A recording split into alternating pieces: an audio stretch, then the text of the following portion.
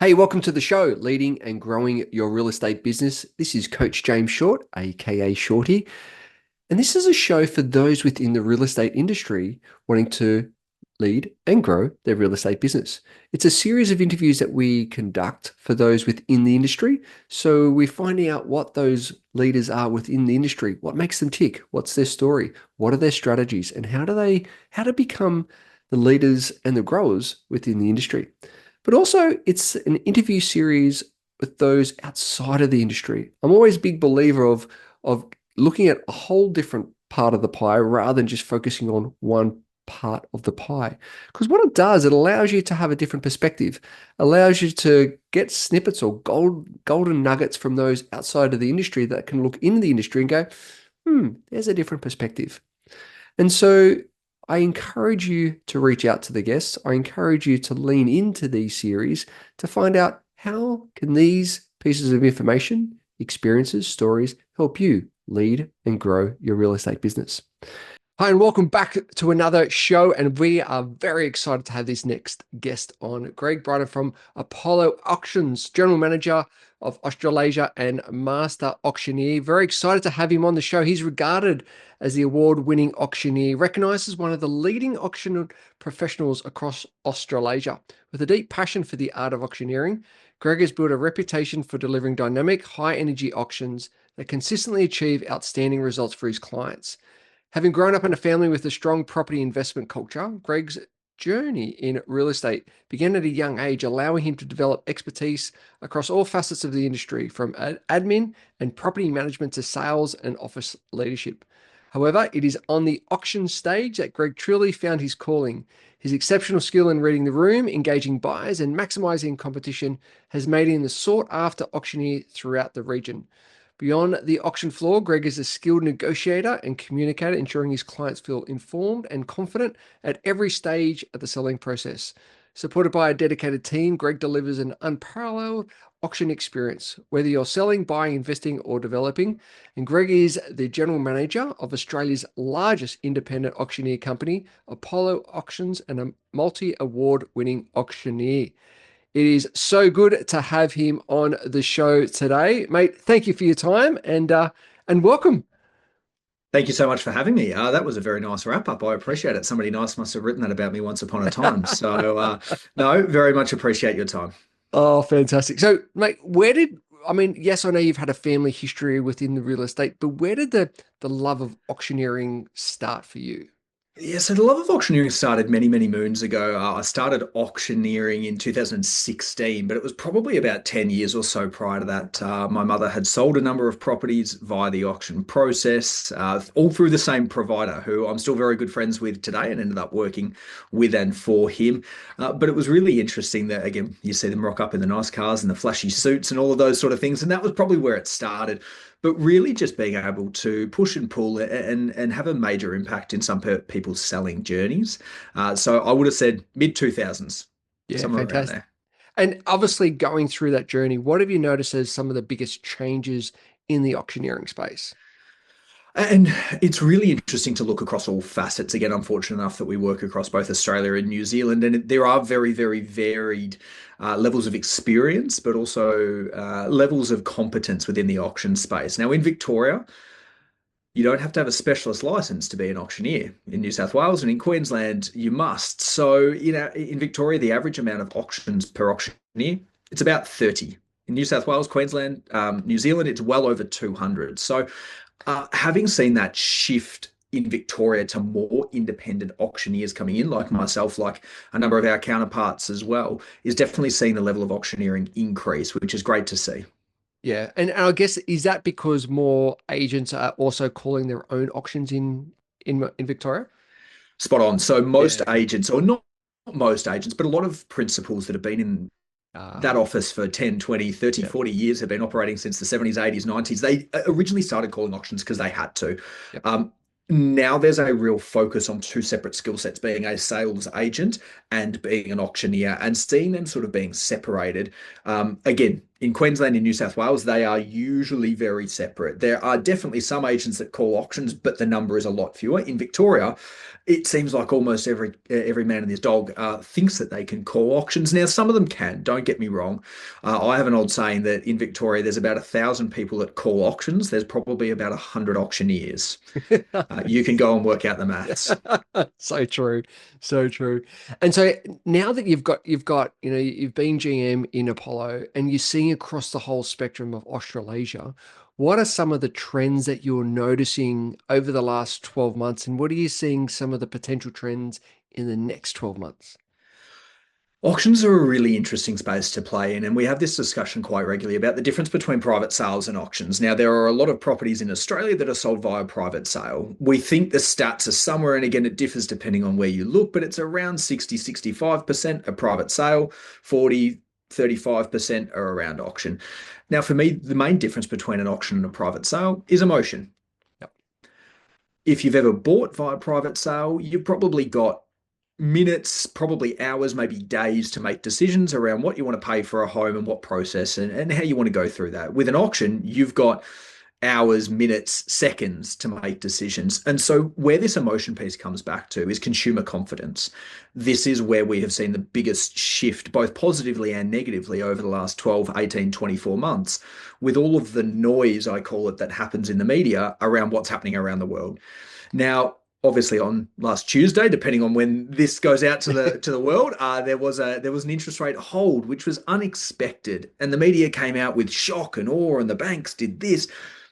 Now it's as much about what the media tells you happened as what actually happened. Realistically, if you looked at all the indicators, a pause was probably appropriate. But if you listen to the media hyping it up before saying we were going to have a cut, and then we had a hold, everyone goes into panic stations. So that's the trend that markets are much more dependent on media coverage these days than they ever have been because of TikTok, socials, Instagram, all of that jazz. So true, right? And you can get the information so well in different perspectives and also different rather than just having the mainstream media, you get it from so many different aspects and it can have a positive effect, but also it can have a negative effect of what you're actually receiving. And naturally, by virtue of it being social media and the algorithm, which we all talk about now, I'm not a conspiracy theorist, I'm nothing like that. But the algorithm is deliberately designed to get views and Yep. promote presenters or influencers that have views. Now, views typically come from varied opinions, either highly positive, highly negative opinions. So there are people out there providing news and providing data and stats that is going to get commentary and going to get views. Whether or not that's correct is a completely different kettle of fish. And so if you're spending a lot of your time on more social media than mainstream media, now mainstream media has its own agenda, but you have so much access to a lot of very different information. And if you keep watching that same information, the more that you watch of that one general trend, the more that you'll be fed. So true. So true, right? And then that just keeps on spiraling, spiraling. Now, question for you.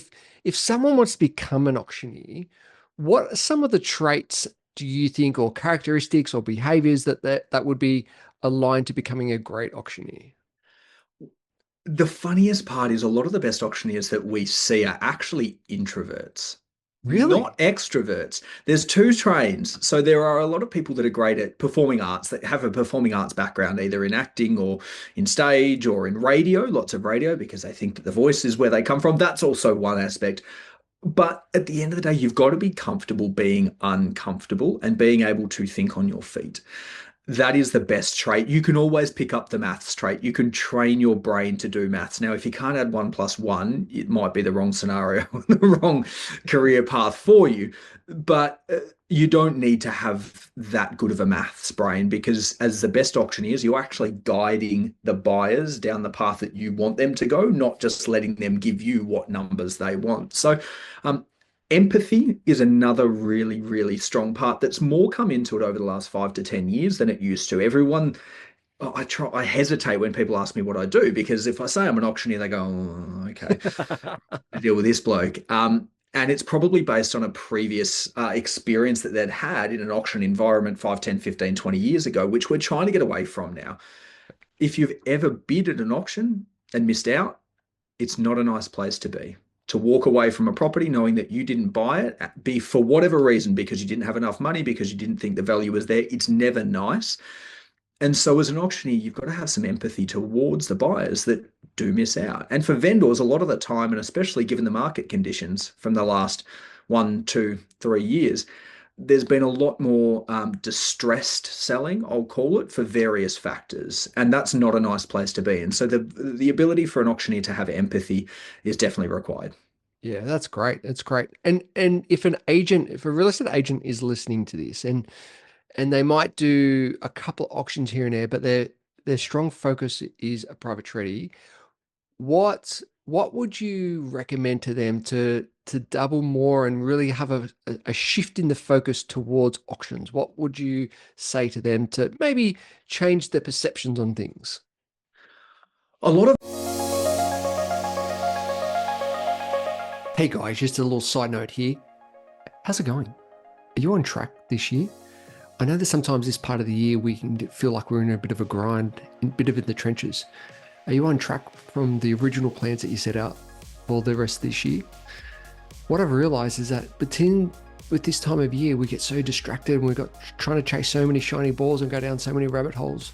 And that's why I created a program called the 90. It's a framework that actually allows you to achieve more in 90 days than ever before. Some of the feedback that we've got from some of the people that have used the process, the 90, is that they've achieved more in 90 days than the whole previous year. So if you'd like to have the tools, have the techniques, have the framework on the 90, so you and your team can achieve more in 90 days than ever before. What it does, it impacts you of how to get clear, what you need to do, and who you need to be to show up in order to achieve the things you want to achieve over the next 90 days. Simply head over to jamesshort.com.au, click on join the waitlist, fill in your details, and one of the team members will be in touch and take you through the 90 framework. On with the show. agents, and again, we're fortunate enough to train a lot of agents. And for me, auctions is a byproduct of campaign training. So we spend a lot of our time training agents or working with agents. I shouldn't say training, educating agents and agencies on the variances between auction and private sale. Now, they both have their uses. I am not an agent or an auctioneer that says you must auction every single property. It's about creating competition. That's what the auction forum is for, creating competition and adding emotion into that scenario to potentially allow our sellers to win. Where agents get caught up a lot of the time is one, they don't understand the process. So they have fear of not actually understanding what to do, how to do it, why to do it. The second part is they blame themselves or they feel a fear of failure if they haven't got a result on auction day. They either see that it doesn't sell on auction day and that's a failure, or it sells and they look like a superstar. For me, and what we work through a lot of the time, is our role as the auctioneer and the agent throughout the auction process is to provide information to the seller. It's not actually to sell the home. So if you have done your job as the agent, you've gathered the information from buyers or lack of information because you haven't had buyers through, which is just as important, and provided that back to your vendor, you then allow them to make decisions about selling the home. Because you didn't get bidders there on the auction day, if you followed all of the campaign process prior, you've actually done your job. It was just that the price alignment or the product alignment wasn't in line with the marketplace. Yeah, that's great. Great feedback. Because it's an education process to really help them to be aware. And as you said, not everything's, necessarily for auction, but once you're aware and you can have that education, it just makes that process so much easier. And there's the age-old question, and I'm sure I've been a real estate agent, I've been a listing and selling agent. Every vendor wants to know, well, hey, Greg, what's my home worth? Mm. And how's the market? They are the two questions. If I had $1 for every question, I'd be in the Bahamas somewhere, Yeah. probably watching the Aussie cricket team. But realistically, we are not valuers, or agents are not valuers of properties. They shouldn't be valuers of properties. I always ask the question of an agent, how many times have you got the exact sale price of a home right? Mm. Now, most of the feedback is less than 5% of the time. You get some people that tell you just absolute lies and say, yeah, most of the time. Okay, great. But realistically, it's less than 5% of the time you get that sale price right. So why do we focus on what it's going to sell for? Because we can't tell that. We don't determine it, and neither does the seller. What we should be focusing on is how we create competition for that product type get the most amount of exposure for the home, and allow it to be exposed to a wide marketplace to create competition and then deliver information and a result to the sellers. Great, fantastic. Now, as general manager of Apollo, you guys are on some great expansion plans. What's the focus and what are the key projects that you guys are working on over the next 6 to 12 months? Growth, and that's Growth. not of my and that's not of my waistline, but that does happen sometimes. No, it's really a growth factor. We consider ourselves, or we are the largest multinational, so we're in Australia and New Zealand. We operate in almost every key state in Australia. Where we're not fully operational in South Australia at the moment, working through some process there.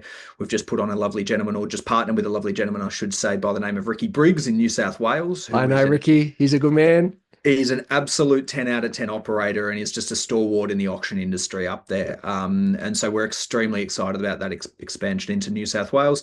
In New Zealand, again, there's a big push. There are some big operators, big companies in there. You've got Ray White, you've got Barfoot and Thompson, you've got Harcourts, you've got Baileys that are doing a lot of work in that part of the world.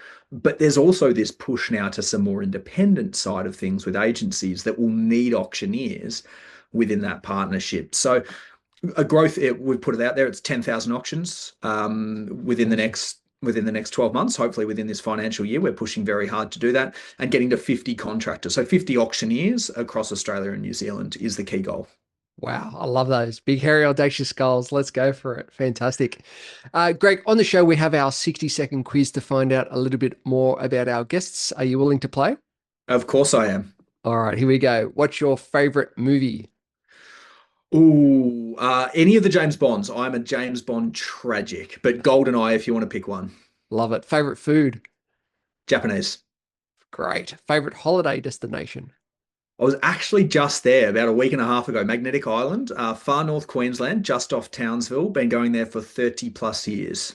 Beautiful area. Beautiful area. And do you Three have a pubs, one police station. Good ratio. do you have a morning routine that you usually stick to? Yeah, and mine alternates day on, day off with my wife. Up in the morning early to the gym Monday, Wednesday, Friday, and then I take my little one for a walk and my dog, and then off to daycare. Coffees multiple before 7 a.m. Fantastic. And what about your evening routine? I wish I had a better evening routine. At the moment, it's usually falling asleep on the couch by about 8:30, 9 o'clock, waking up an hour and a half later and going, oh God, I should be in bed. Do you have a biggest regret? I don't no, not really. I'm sure there's other things that if I thought back longer and harder enough, I would, but not really. I think they're all just learnings. Fantastic. Do you have a most embarrassing moment? Oh, that's a good question. Probably nothing that's appropriate for online, more so than anything. Yeah, nothing that I can think of. Okay, cool. If you were prime minister for the day, what's one thing that you would change? Stamp duty in Victoria, but I know Mm, that's a state-based issue, but the stamp duty legislation across Australia. yeah, fantastic. And what would be your best piece of advice? Be you. Mm. Just be you. Don't try and be anyone else. There's only one you. And I know that's been overused and overused and overused, but the older that we get, the more that I realize that nobody really cares that much about what you are doing. As long as you're making yourself happy, not hurting anyone else, just be you. Yeah, fantastic. Now, is there anything that we haven't covered that you feel that we need to cover in relations to auctions and auctioneering? The only thing that I can really think of is just some common myths. There's so many myths, and it's really hard to get this out in a wider sort of forum. And I know obviously you've got an incredible audience that you work with. There's some really interesting myths around reserve prices, vendor bids, underquoting. They're probably the three major parts, and it's prevalent in most marketplaces. Again, Queensland doesn't have price advertising, but what's your understanding of a reserve price? I love asking this question. My understanding of the reserve price is the price that the vendor is happy to let go the property and sell the property as what they call inverted commas on market, so to speak. Gotcha. And that is true. A lot of people think that when you exceed a reserve price, a written reserve price, now Victoria, New South Wales, Queensland, we all work through a written reserve. Say the vendor sets a price at $1.1 million as a written reserve, just use hypothetical numbers. If the auction bidding gets in excess of that number, What's your understanding of the vendors or the agent's obligation or the auctioneer's obligation? Do they That need the to call it on the market? yes, Interesting. So technically, by law, the auctioneer has the ability to adjust a reserve price up on auction day unless they have called it on the market. So if they call it on the market, they're obligated to sell. If they haven't called it on the market, there is no obligation for them, if asked, to announce that it is on the market. So a lot of consumers that we work with, a lot of sellers go, "Oh, but if it goes over my reserve by $1, I have to sell," and it's actually not true. So that's one bit of a myth. The other one is great underquote. advice. The other one's underquoting. There's so many misconceptions around what quotes can be, what they should be, what they can't be.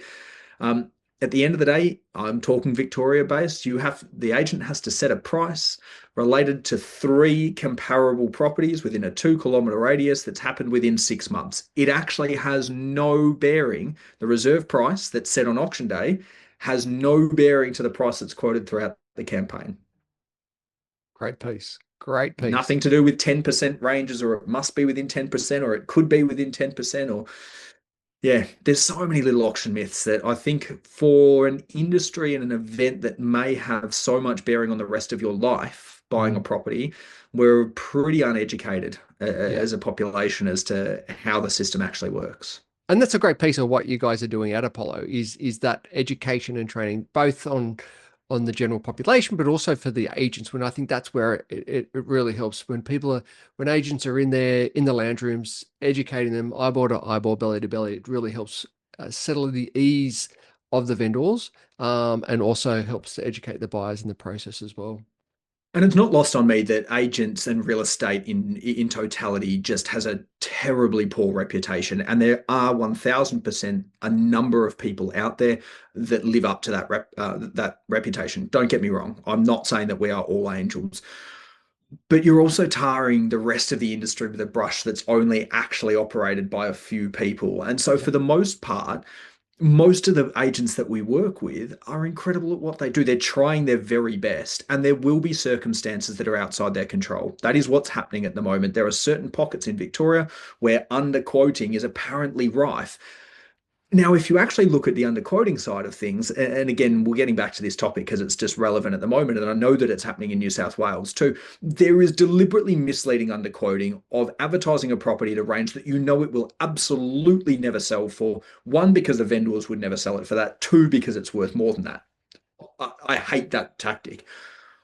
By quoting a property to a market price of what it should potentially be, but somebody paying 10% more than that because their mother lives in the street, their kids go to the school down the road, because they've missed out at 15 auctions before, because they've just got a pay rise and they've got more borrowing capacity. How on earth can anyone foresee that happening? There are definitely two trains of thought.